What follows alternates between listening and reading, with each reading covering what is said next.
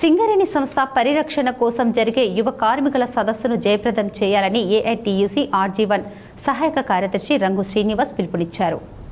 ఈ మేరకు GDK2 incline గనిపై నిర్వహించిన ద్వారా సమావేశంలో రంగు శ్రీనివాస్ మాట్లాడుతూ సింగరేణి సంస్థ పరిరక్షణ కోసం, కార్మికుల సంక్షేమం కోసం, వారి హక్కుల సాధన కోసం, ఉద్యోగ భద్రత కోసం, కొత్త గనులు రావటం కోసం ఈ నెల 20న గోదావరి కనిలోని యువ కార్మికుల సదస్సును ఏర్పాటు చేయడం జరిగిందని తెలిపారు. సింగరేణిలో బొగ్గు నిలువలు 5 సంవత్సరాల వరకు ఉన్నాయని, కొత్త గనులు వస్తేనే సింగరేణికి మనుగడ కొనసాగుతుందని, లేకుంటే యువ కార్మికులకు ఉద్యోగ భద్రత కొరబడుతుందని అన్నారు. ఈ సదస్సులో ముఖ్య అతిథులుగా ఏఐటీయూసీ గౌరవ అధ్యక్షులు కొత్తగూడెం ఎమ్మెల్యే కూనంనేని సాంబశివరావు, ఏఐటీయూసీ ప్రధాన కార్యదర్శి కొరిమె రాజ్ కుమార్, ఏఐటీయూసీ రాష్ట్ర అధ్యక్షులు ఎండి యూసుఫ్, కాకతీయ యూనివర్సిటీ ప్రొఫెసర్ శంకర్ నారాయణలు పాల్గొని సింగరేణి భవిష్యత్తు దిశ యువ కార్మికుల భవిష్యత్తు గురించి ప్రసంగిస్తున్నారని తెలిపారు. ఈ సదస్సులో యువ కార్మికులు అధిక సంఖ్యలో పాల్గొని జయప్రదం చేయాలని కోరారు.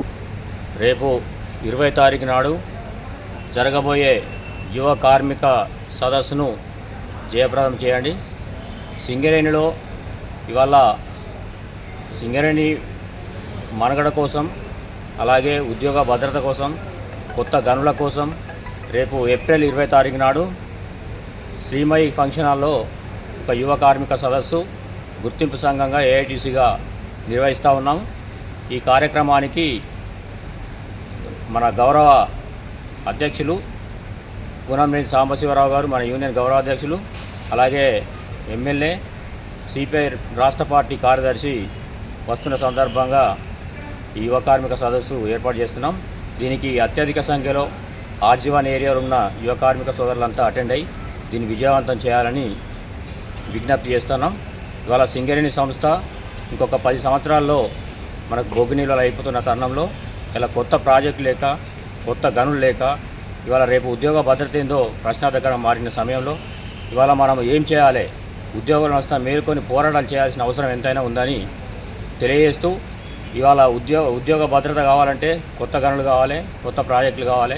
ఇవన్నిటి కోసం ప్రభుత్వం పైన ఒత్తిడి తేవాలి, సింగరేణి యాజమాన్యంపై ఒత్తిడి తేవాలనే ఉద్దేశం కొద్దీ యువ కార్మిక సదస్సు ఏర్పాటు చేద్దాం. దీంట్లో అందరూ కార్మిక సోదరులు, సోదరిమణులు అంతా యువకులంతా ఏకమై నినదించి ఈ సింగరేణి మీద రాబోయే పోరాటాల్లో ఐక్యంగా కదిలి రావాలని ఈ సందర్భంగా పిలుపునిస్తా ఉన్నాం.